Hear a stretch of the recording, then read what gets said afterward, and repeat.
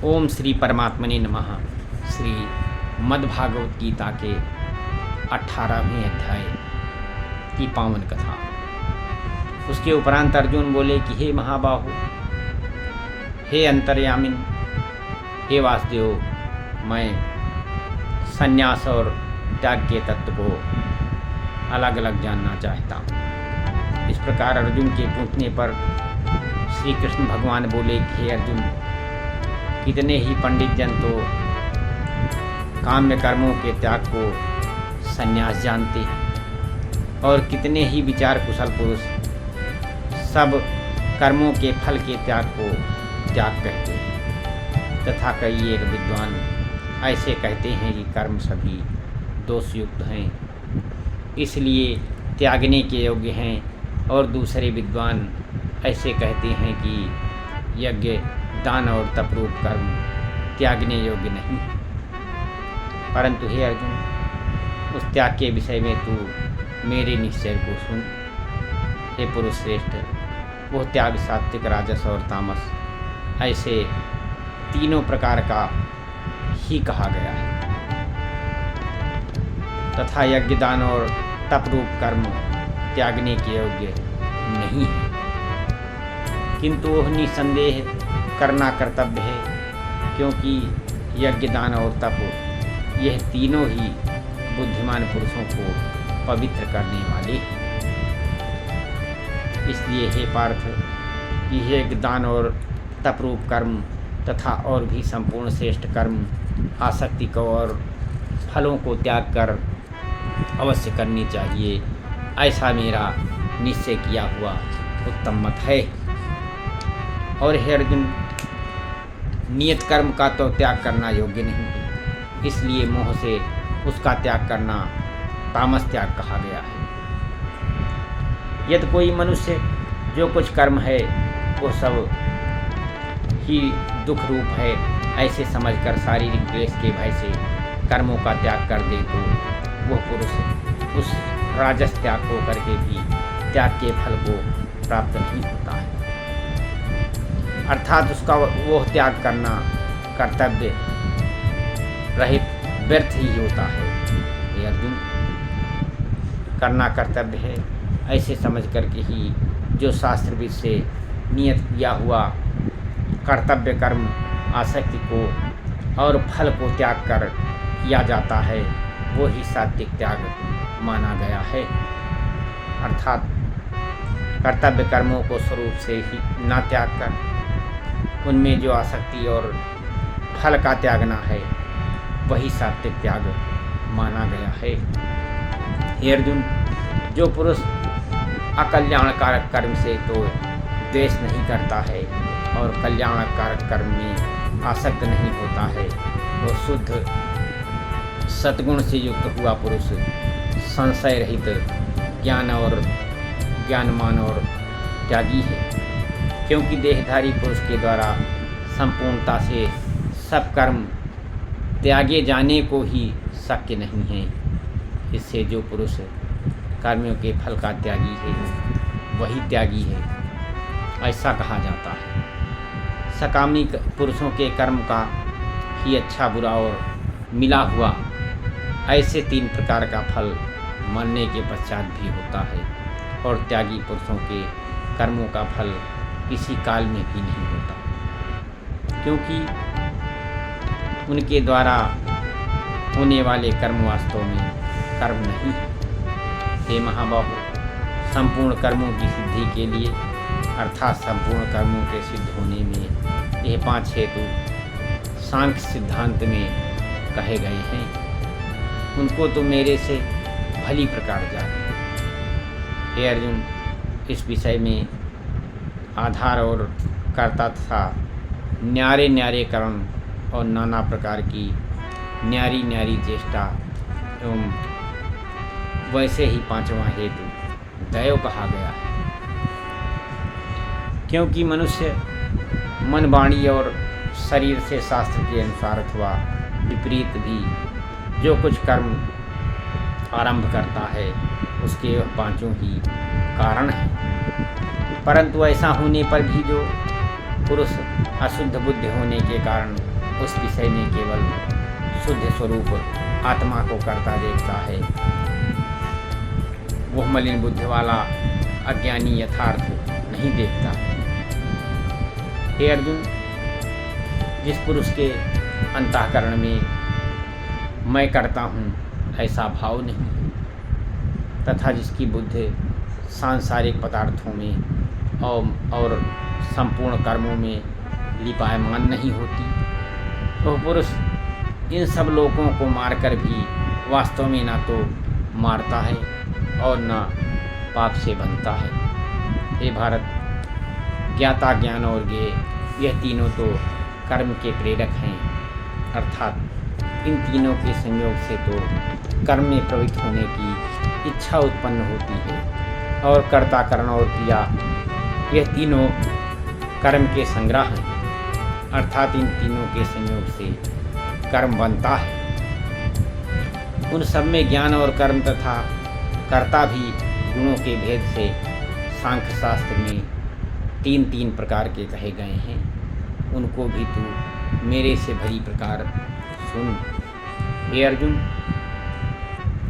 जिस ज्ञान से मनुष्य पृथक पृथक सब भूतों में एक अविनाशी परमात्मा भाव को विभाग रहित संभाव से स्थित देखता है, उस ज्ञान को तू सात्विक जान।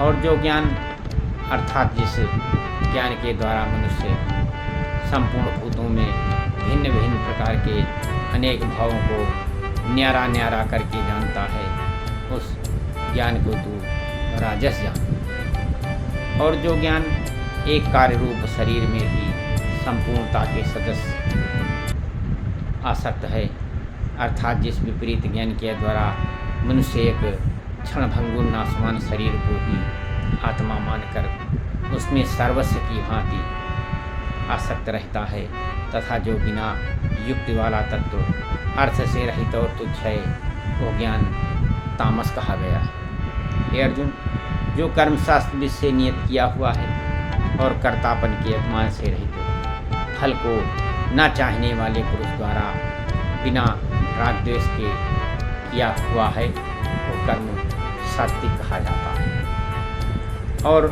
जो कर्म बहुत परिश्रम से युक्त तथा फल को चाहने वाले और अहंकार युक्त पुरुष द्वारा किया जाता है, वो कर्म राजस कहा गया है।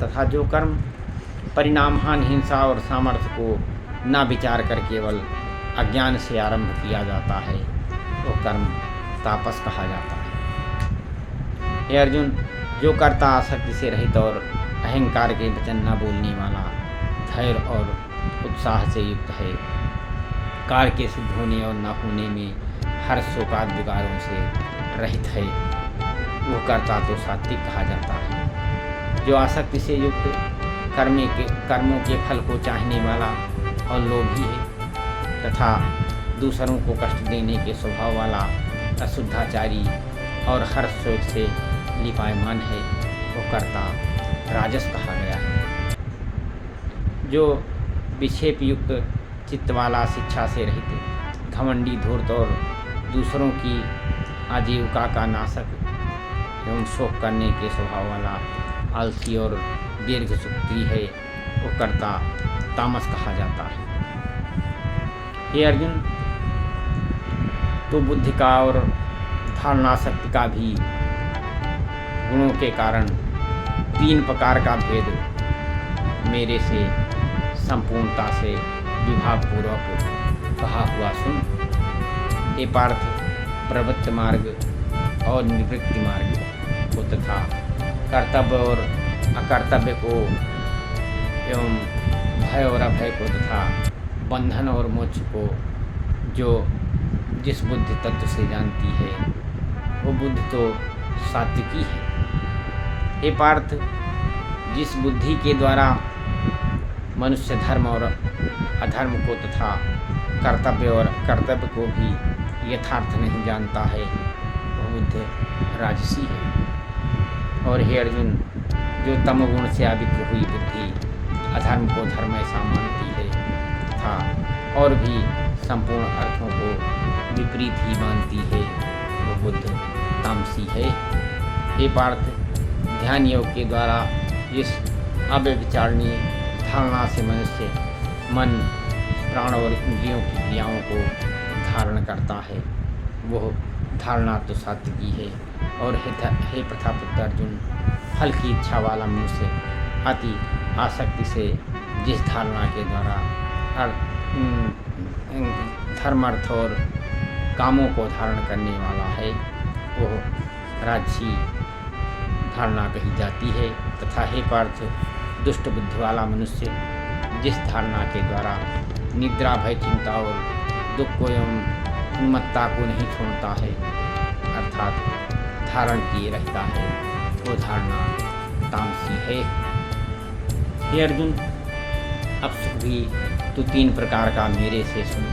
हे भरत श्रेष्ठ, जिस सुख में साधक पुरुष भजन, ध्यान और सेवादि के अभ्यास से रमण करता है और दुखों के अंत को प्राप्त होता है, वो सुख प्रथम साधन के आरंभ काल में यद्यपि विष के सदृश भासता है, परंतु परिणाम में अमृत के समान है।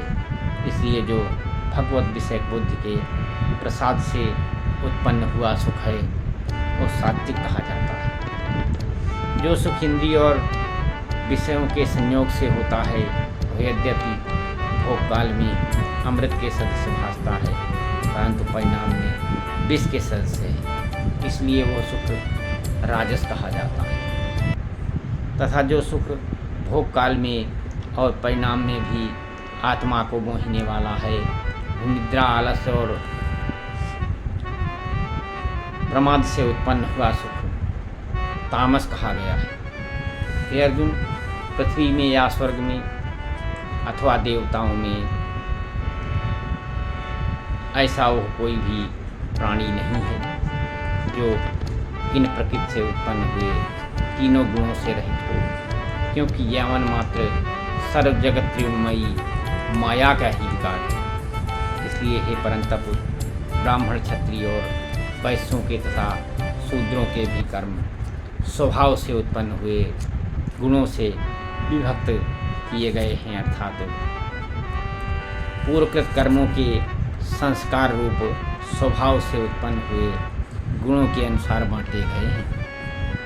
उनमें अंतःकरण का निग्रह, इंद्रियों का दमन, बाहर भीतर की शुद्धि, धर्म के लिए कष्ट सहन करना और क्षमा भाव एवं मन, इंद्रियां और शरीर की सरलता, आस्तिक बुद्धि, शास्त्र विषयक ज्ञान और परमात्म तत्व का अनुभव भी ये तो ब्राह्मण के स्वाभाविक कर्म है। शूरवीरता, तेज, शौर्य, चतुरता और युद्ध में न भागने का स्वभाव एवं दान और स्वामी भाव अर्थात निस्वार्थ भाव से सबका हित सोचकर शास्त्राज्ञानुसार शासन द्वारा प्रेम के सहित पुत्र तुल्य प्रजा को पालन करने का भाव, ये सब क्षत्रिय के स्वाभाविक कर्म है। खेती, गोपालन और क्रय विक्रय रूप सत्य व्यवहार ये वैश्य के स्वाभाविक कर्म है। और सवर्णों की सेवा करना ये शूद्र का भी स्वाभाविक कर्म है।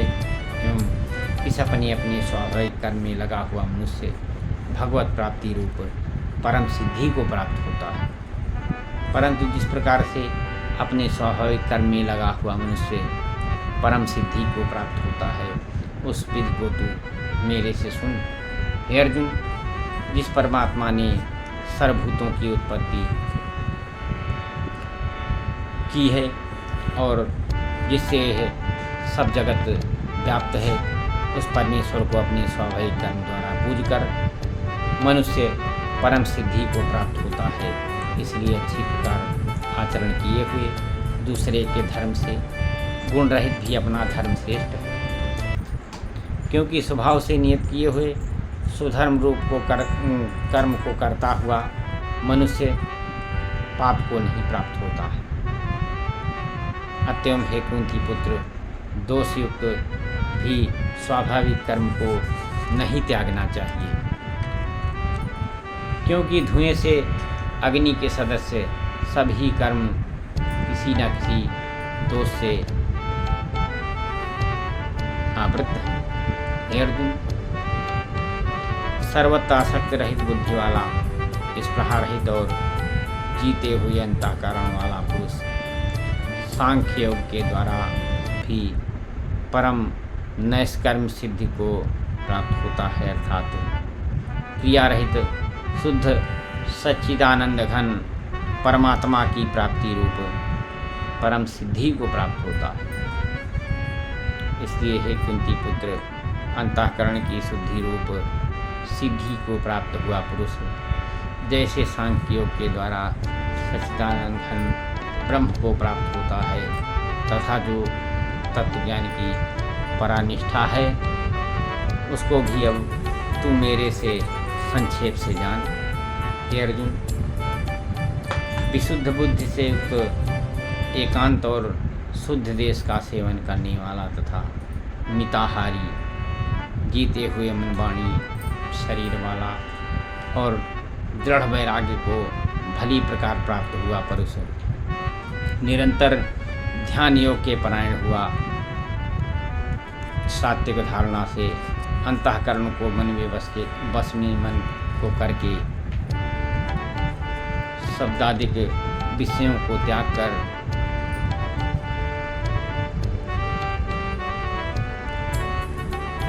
और राग द्वेष को नष्ट करके तथा अहंकार, बल, घमंड, काम, क्रोध और संग्रह को त्याग कर ममता रहित और शांत अंतःकरण हुआ, सच्चिदानंद घन ब्रह्म में एक ही भाव होने के लिए योग्य होता है। फिर वह सच्चिदानंद घन ब्रह्म में एक ही भाव से स्थित हुआ प्रसन्न चित्त वाला पुरुष ना तो किसी वस्तु के लिए शोक करता है और ना किसी की आकांक्षा ही करता है, एवं सब भूतों में संभाव हुआ मेरी पराभक्ति को प्राप्त होता है। उस पराभक्ति के द्वारा मेरे को तत्व से भली प्रकार जानता है कि मैं जो और जिस प्रभाव वाला हूँ, तथा उस भक्ति से मेरे को तत्व से जानकर तत्काल ही मेरे में प्रवेश हो जाता है, अर्थात अनुभव से मेरे को प्राप्त हो जाता है। फिर उसकी दृष्टि में मुझ वासुदेव के सिवा और कुछ भी नहीं रहता। मेरे परायण हुआ निष्काम कर्मयोगी तो संपूर्ण कर्मों को सदा करता हुआ भी मेरी कृपा से सनातन अविनाशी परम पद को प्राप्त हो जाता है।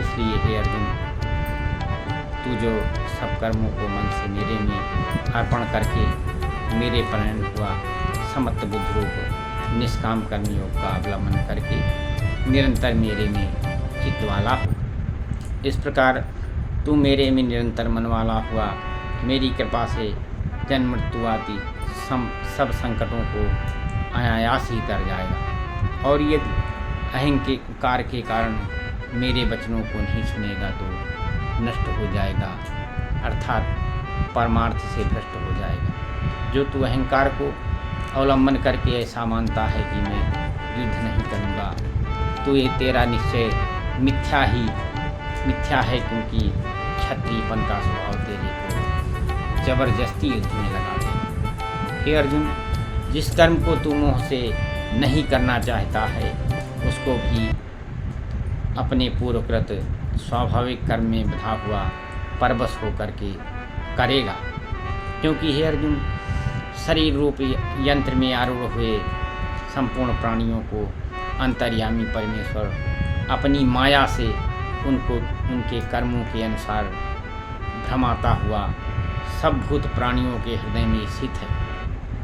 इसलिए हे भारत, सब प्रकार से उस परमेश्वर की ही अन्य शरण को प्राप्त हो, उस परमात्मा की कृपा से ही परम शांति को और सनातन परम धाम को प्राप्त होगा।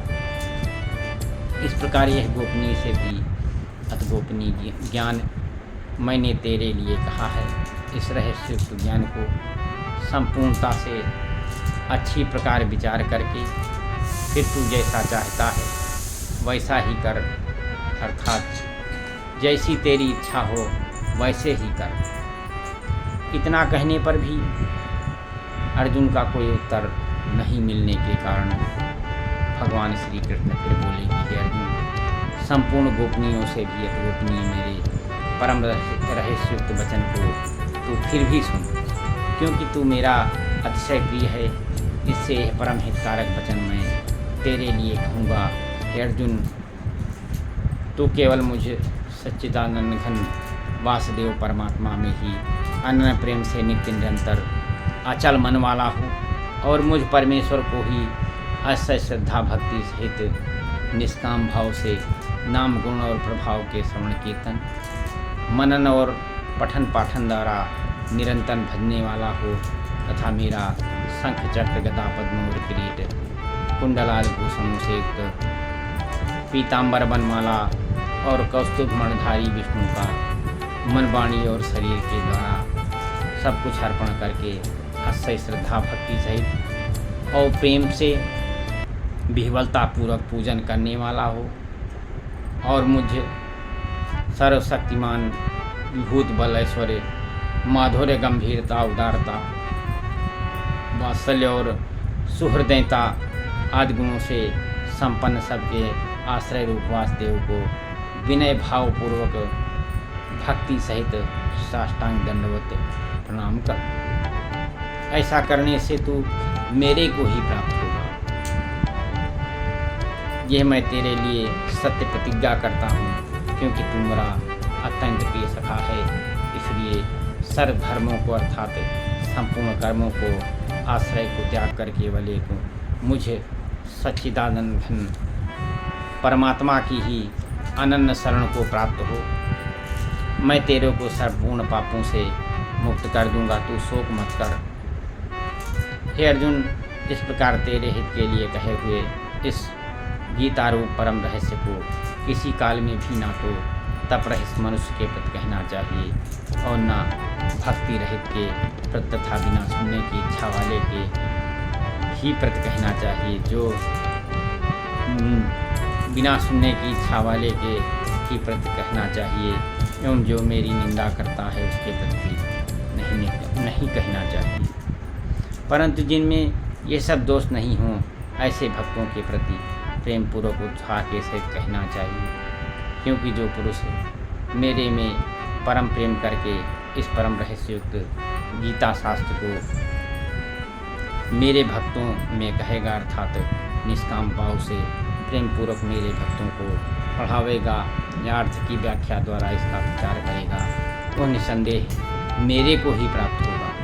और ना तो उससे बढ़कर के अतिशय प्रिय कार्य करने वाला मनुष्यों में कोई है और न उससे बढ़कर के मेरा अत्यंत प्यारा पृथ्वी में दूसरा कोई होवेगा।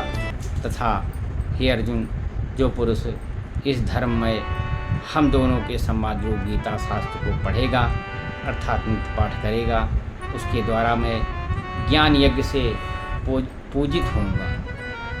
ऐसा मेरा मत है। जो पुरुष श्रद्धायुक्त और दोष दृष्टि से रहित हुआ इस गीता शास्त्र का श्रवण मात्र भी करेगा, वो भी पापों से मुक्त हुआ उत्तम कर्म करने वालों के श्रेष्ठ लोगों को प्राप्त होगा।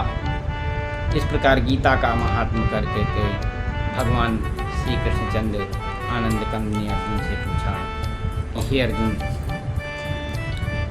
क्या मेरा वचन एकाग्र चित्त से तुमने श्रवण किया है?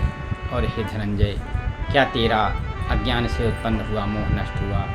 इस प्रकार भगवान के पूछने पर अर्जुन बोले, हे अच्युत, आपकी कृपा से मेरा मोह नष्ट हो गया और मुझे स्मृति प्राप्त हुई है, इसलिए मैं संशय रहित हुआ स्थित हूँ और आपकी आज्ञा पालन को करूँगा।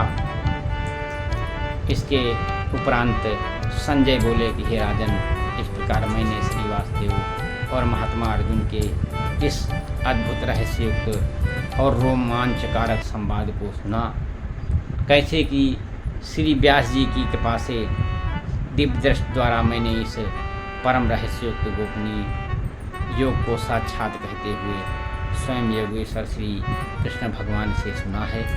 इसलिए हे राजन, श्री कृष्ण भगवान और अर्जुन के इस रहस्ययुक्त कल्याणकारक और अद्भुत संवाद को पुनः पुनः स्मरण करके मैं बारंबार हर्षित होता हूँ तथा हे राजन, श्री हरि के उस अति अद्भुत रूप को मैं पुनः पुनः सुमिरन करके मेरे चित्त में महान आश्चर्य होता है और मैं बारंबार हर्षित होता हूँ। हे राजन, विशेष क्या कहूँ, जहाँ योगेश्वर श्री कृष्ण भगवान हैं और जहाँ गांडीव धनुषधारी अर्जुन हैं, वहीं पर श्री विजय विभूत और अचल नीत है, ऐसा मेरा मत है कि श्रीमद्भागवत गीता रूपी उपनिषद एवं ब्रह्म विद्याध्या योग शास्त्र विषय श्री कृष्ण और अर्जुन संवाद में मोक्ष संन्यास नामक 18वां अध्याय। श्री कृष्ण गोविंद हरे मुरारे, हे नाथ नारायण वासुदेवा, श्री कृष्ण गोविंद हरे मुरारे, हे नाथ नारायण वासुदेवा, श्री कृष्ण गोविंद हरे मुरारे, हे नाथ नारायण वासुदेवा।